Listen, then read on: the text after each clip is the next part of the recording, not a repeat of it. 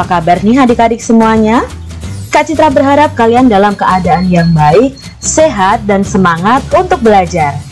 Hari ini kita akan belajar bersama-sama untuk mata pelajaran tematik, tema 1, subtema 1 pembelajaran yang ketiga untuk adik-adik yang duduk di kelas 4 sekolah dasar.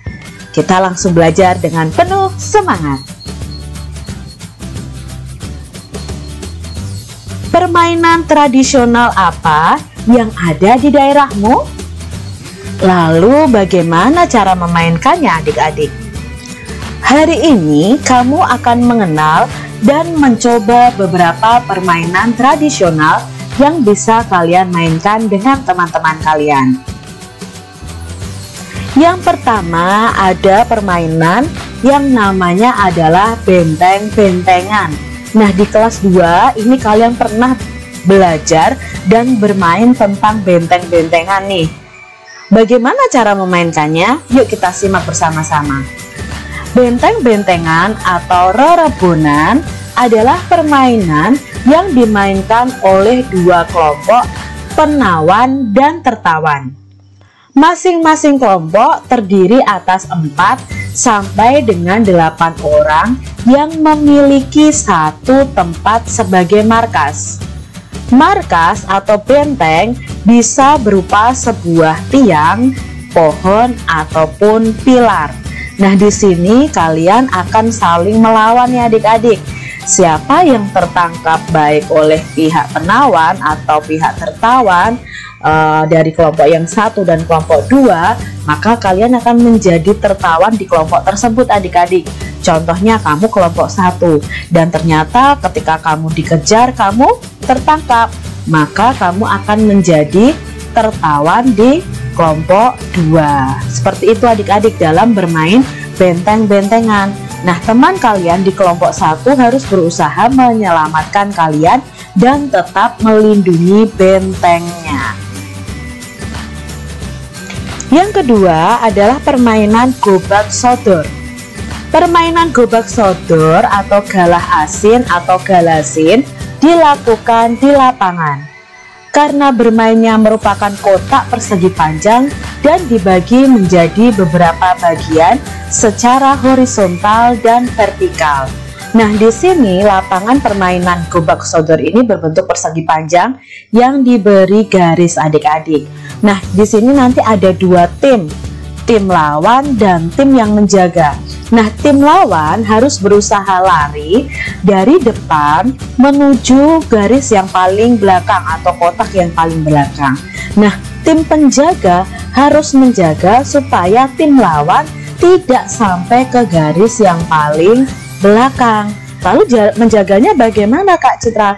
Ya jangan sampai tim lawan itu bisa masuk ke kotak berikutnya. Ya, kalau kalian bisa menyentuh tim lawan kalian, berarti kalian harus bertukar tim ya. Yang tadinya jadi tim jaga, kalau tim jaganya bisa menyentuh tim lawan, maka tim jaga akan menjadi tim lawan. Seperti itu dalam permainan gobak sodor. Untuk lebih lengkapnya lagi, kalian bisa cari informasi tentang permainan tradisional yang ada di daerah kalian masing-masing. Indonesia memiliki banyak permainan tradisional yang sangat menarik. Banyaknya jenis permainan tradisional ini menunjukkan keragaman budaya yang harus kita jaga. Selain memiliki permainan tradisional yang beragam, Indonesia memiliki musik tradisional yang beragam pula. Bunyi yang dihasilkan suatu benda juga berbeda-beda. Nah, pada pembelajaran sebelumnya kita sudah belajar tentang alat musik tifa, ada kecapi, ada kendang, ada angklung, ada saluang, dan lain sebagainya. Demikian pula dengan bunyi yang dihasilkan oleh alat musik tradisional itu juga berbeda-beda.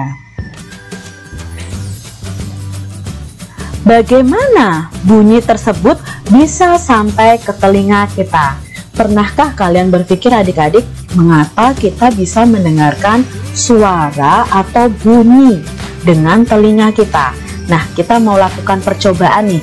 Nanti ada tiga percobaan yang bisa kalian lakukan di rumah kalian masing-masing. Percobaan yang pertama adalah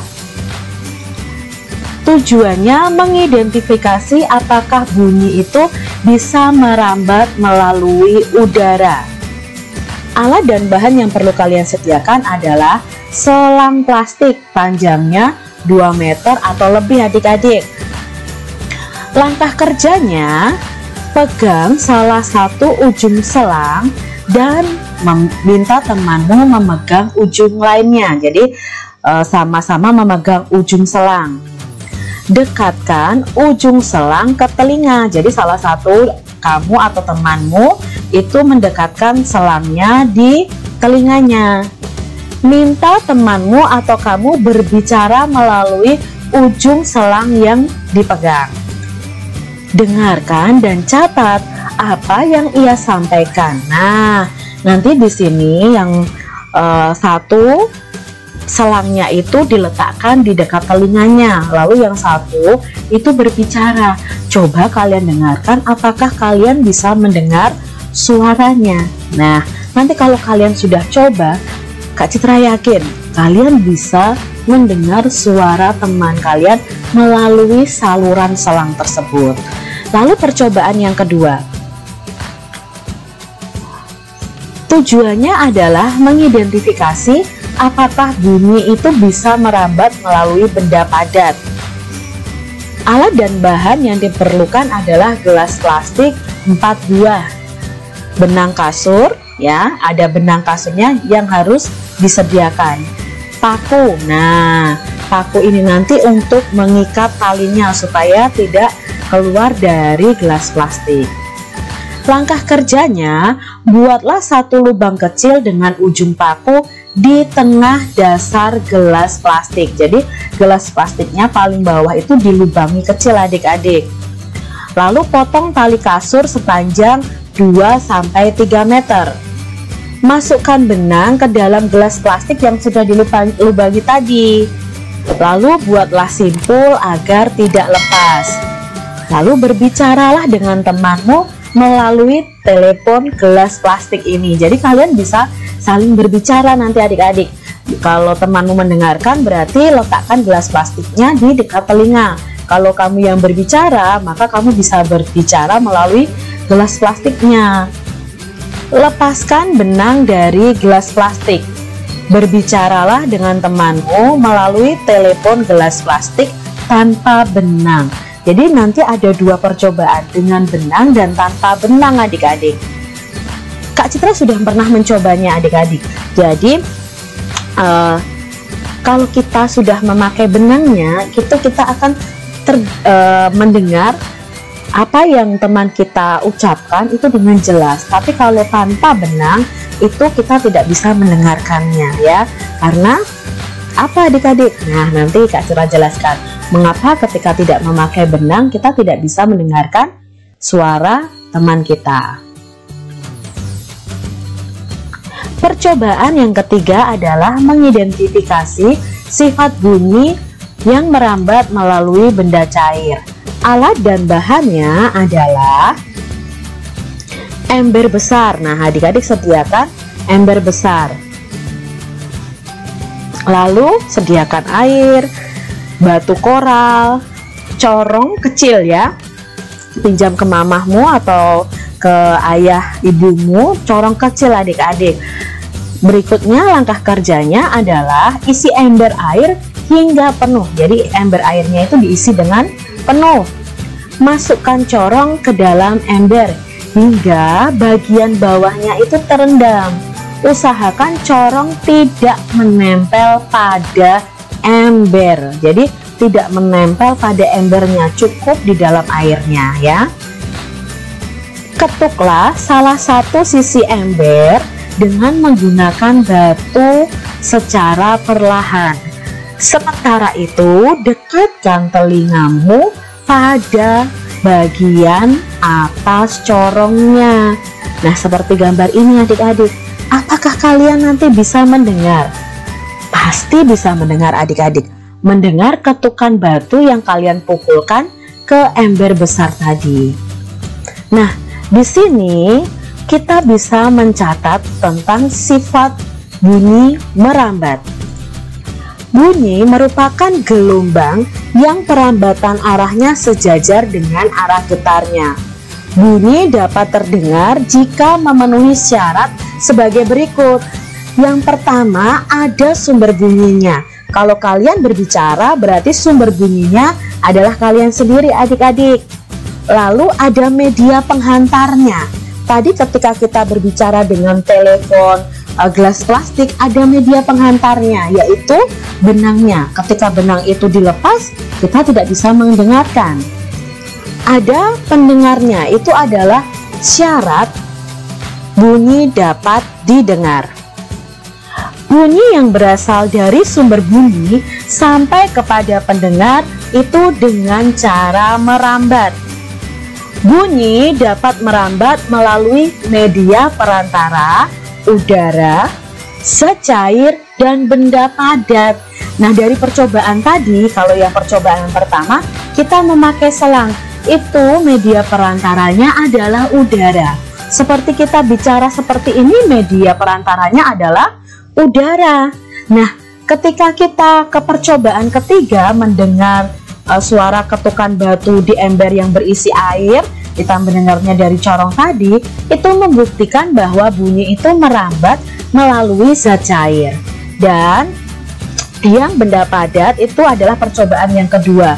Kita memakai telepon, gelas plastik, dan benang kasur tadi. Nah, itu membuktikan bahwa udara itu bisa merambat melalui media perantara udara.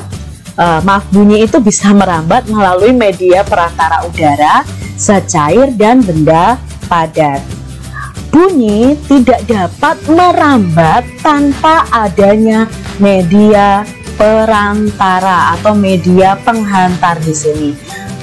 Kalau kalian berada di ruang hampa udara itu berarti tidak ada udara adik-adik di situ. Otomatis kalian tidak akan bisa mendengarkan suara atau mendengarkan bunyi.